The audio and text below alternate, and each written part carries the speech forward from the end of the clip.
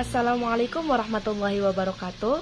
Saya Rahmi Afitra Sugian dengan NIM 2121308. Di sini saya akan menyelesaikan tugas akhir semester saya, yaitu dengan memberikan 5 pertanyaan dari setiap makalah yang sudah dibahas. Adapun kumpulan pertanyaannya yaitu yang pertama, kelompok pertama. 1. Sebutkan cara Nabi Muhammad SAW menyebarkan agama Islam. Adapun cara Nabi Muhammad SAW menyebarkan agama Islam yaitu dengan cara yang pertama rahasia, yang kedua semi rahasia, dan yang ketiga adalah terang-terangan. Soal yang kedua, pada masa Umar bin Khattab mulai berkembang suatu lembaga. Sebutkan lembaga apa yang berkembang pada saat itu. Adapun lembaga yang berkembang pada saat itu yaitu suatu lembaga formal yang disebut dengan Lembaga Penerangan dan Pembinaan Hukum Islam. Pertanyaan yang ketiga, umur berapa Khalifah Umar bin Affan menjabat sebagai khalifah? Yaitu pada usia 70 tahun hingga usia 82 tahun. Pertanyaan yang keempat, apa penyebab Nabi Muhammad SAW memulai dakwah secara terang-terangan? Yaitu karena turunnya Quran surah Al-Hijr ayat 94. Pertanyaan nomor 5, pada tahap rahasia kepada siapa Nabi Muhammad SAW menyampaikan penyebaran umat Islam? Yaitu pada kalangan keluarganya, sahabat-sahabatnya, dan tetangga-tetangganya. Makalah kedua, kumpulan pertanyaan. Yang pertama, sebutkan faktor internal kehancuran dinasti Abbasiyah. Adapun faktor internal kehancuran dinasti Abbasiyah yaitu perebutan kekuasaan di pusat pemerintahan, persaingan antara bangsa, dan kemerosatan ekonomi dan konflik keagamaan. Soal yang kedua, dinasti Bani Abbasiyah disebut dinasti keberapa dalam sejarah umat Islam? Disebut sebagai dinasti kedua dalam sejarah umat Islam. Yang ketiga, pada tahun keberapa Tripoli berhasil direbut oleh tentara Islam? Yaitu pada tahun 1289. Yang keempat, dari mana bangsa Mongolia berasal? Bangsa Mongolia berasal dari bangsa Asia Tengah. Dan yang kelima, siapa nama yang memimpin serangan tentara Mongol? Adapun nama pimpinannya yaitu Hulagu Khan. Makalah ketiga yaitu kumpulan pertanyaannya yaitu 1. Mengapa Genghis Khan dikenal sebagai Alexander for Asia? Yaitu karena kekuasaannya yang sangat luas dan membentang di penjuru dunia. Yang kedua, siapakah nama nenek moyang bangsa Mongol?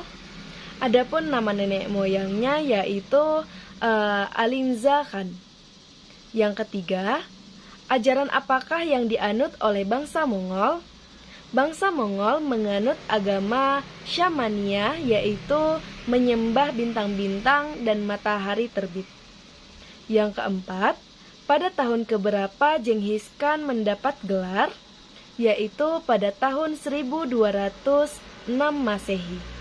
Dan yang kelima, bangsa Mongol disebut dengan bangsa Mongol disebut dengan bangsa yang berambis terhadap kekuasaan.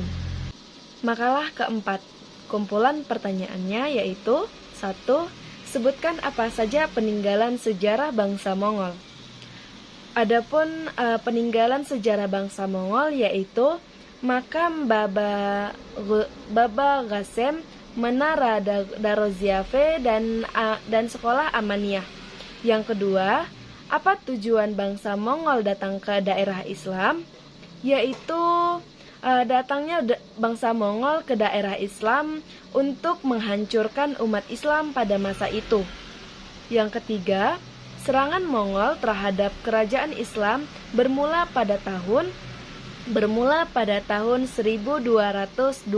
Masehi.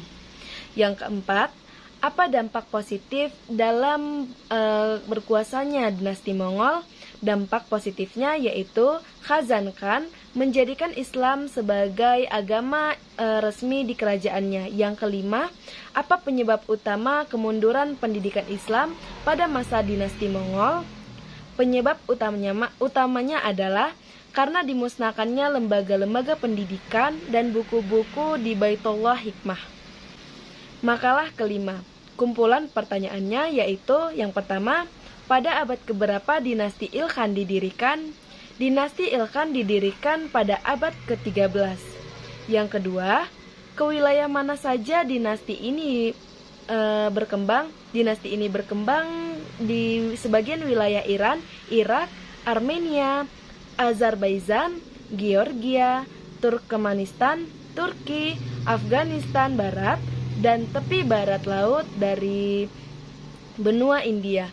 Yang ketiga, pada tahun keberapa masa pemerintahan dinasti Ilkhan?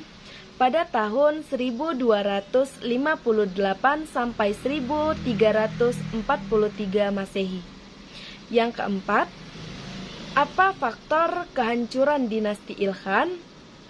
Faktor kehancuran dinasti Ilkhan adalah serangan dari Timur Leng.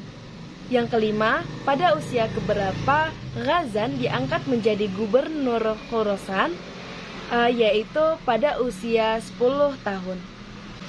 Makalah keenam, kumpulan pertanyaan.